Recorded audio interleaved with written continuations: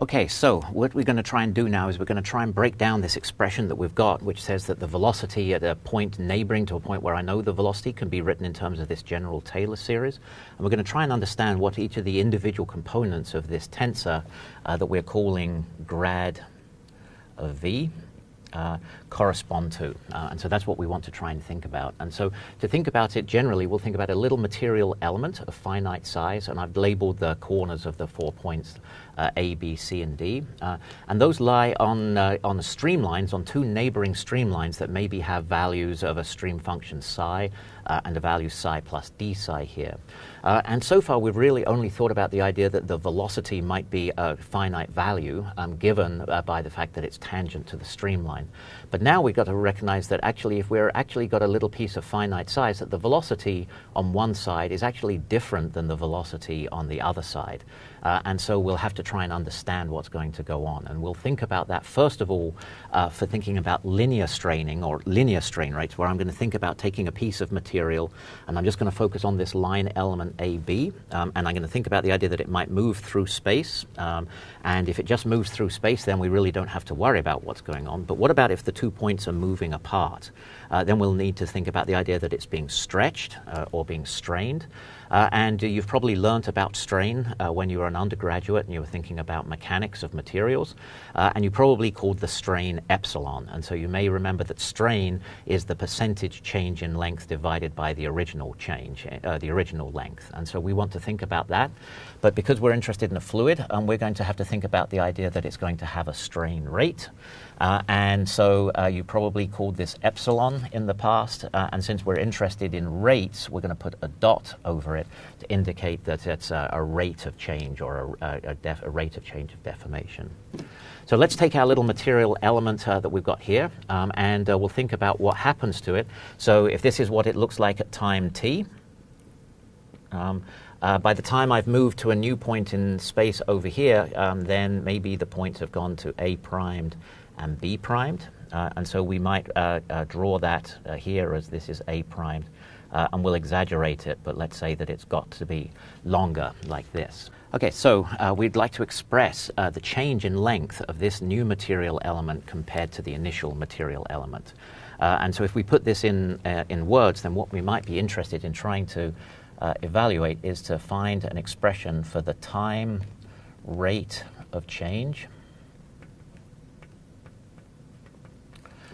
of the line element A to B. And of course we really mean following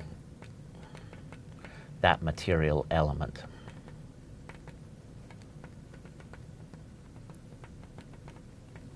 That's a little redundant maybe because we're following a line element as it moves, but I put that in words to recognize that that is indeed exactly what we would call d of delta x by dt.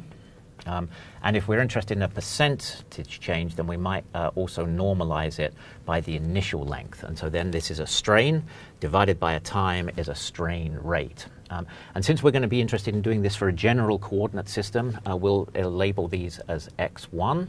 Okay? And our initial length is x1, so we'll call this initial length was del x1.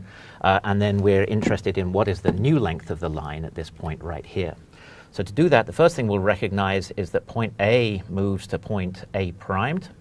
And so it does so by having a velocity which we can write as v1 times the time delta t over which it moved. So that's that distance traveled. And if this was just a rigid object moving, then obviously that would be the velocity that point B would have as well, and that would travel the same distance. But in reality, what we know is that this point is actually moving at a different velocity, and so it'll be moving at different speed. And we can express that in terms of a derivative, so we could write that as v1 dv1 by dx1 multiplied by the step size, which is delta x1. So that's the velocity at this point. And then over a time dt, the distance traveled is going to be that. So now I know where point B primed is, and I know where point A primed is, and so this allows me to now evaluate this. I want to evaluate the change in length. So that's this distance minus this distance. And so we can express that as equal to this distance, which we'll write as v1 plus dv1 by dx1 times the step size del x1 times del t, minus the distance that this travels, which is minus v1 times delta t. So that's the change in the length. I need to divide that by the initial length, which is delta x1. And then if I express it as a rate, then I want to say that that happened over a time delta t, so I'll divide it by delta t as well. And so now I can try and evaluate this, and I can try and see what I can simplify. And so we can see that this term, when I multiply by del t, will cancel with this term. That's going to leave me with just this term left over. And then I can see that there's a del x1 in the numerator and the denominator. There's a del t as well. And so when I remove those things, the only thing that's left is dv1 by dx1. And so this is nothing but the rate of strain of a material element moving in the x direction. And we can work out that the units of this are indeed seconds to the inverse 1. That's a velocity, or a length per time, divided by a distance. And so if we wanted to express this in terms of what you've seen before as an epsilon dot, we might also write this as epsilon with a dot. And we can see that there are free units here, or free indices, because we might have been thinking about the x direction, we might have been thinking about the y direction or the z direction. And so the elements that we'll put on here is that this is the strain rate associated with changes in length of a line element that's in the one direction as I move in the one direction.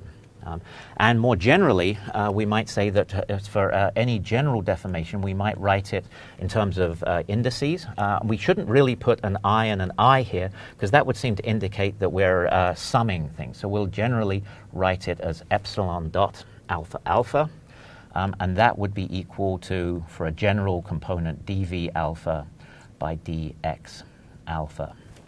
And that is an extensional strain rate.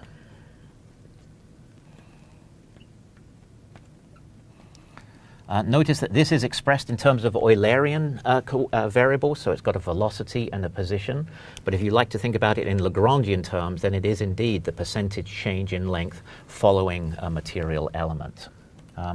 Now, fluid mechanics and solid mechanics have lots of different notations for similar tensors.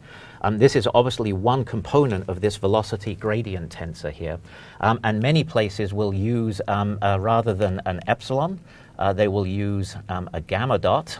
And so we might also write this as gamma dot alpha alpha. And some places will also use a factor of 2 in it. And so you will see that some texts will use a different notation for this. It's exactly the same thing. The only difference is the symbol. It's always got a dot over it to indicate that it's a strain rate. And we'll see in a minute where this half comes from.